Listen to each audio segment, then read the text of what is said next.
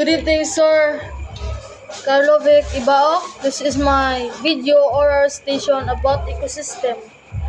I am Kim Golosino Cristabas, Block 14.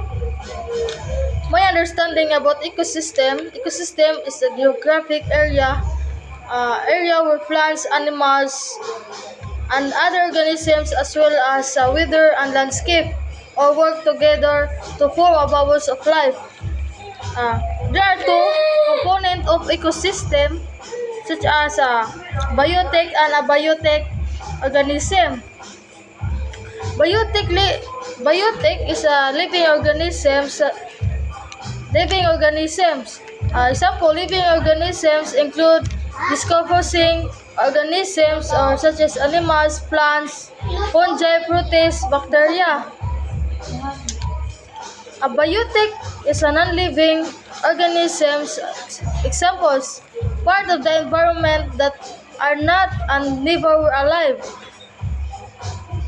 Never were alive, such as sunlight, water, air, rock, soil, and minerals and temperatures. And the system of diversity, there are two system diversity, which is a micro ecosystem and macro. There are two. First is micro ecosystem. Micro ecosystem is a small scale of ecosystem, gamay, and macro ecosystem is a large scale of ecosystem. Yadakan sa whole. The global ecosystem is called the ecosphere.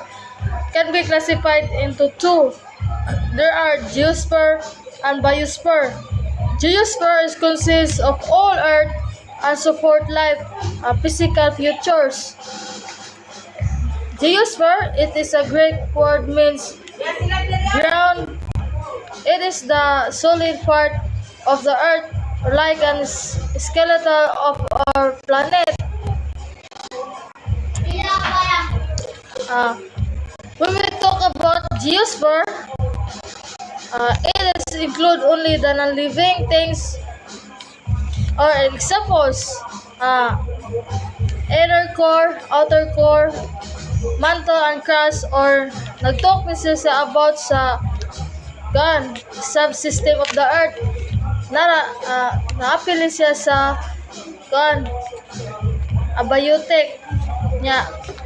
Ang biosphere consists of all biological organism or living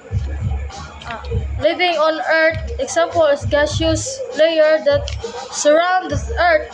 On the Earth or landmass and life components that support in life.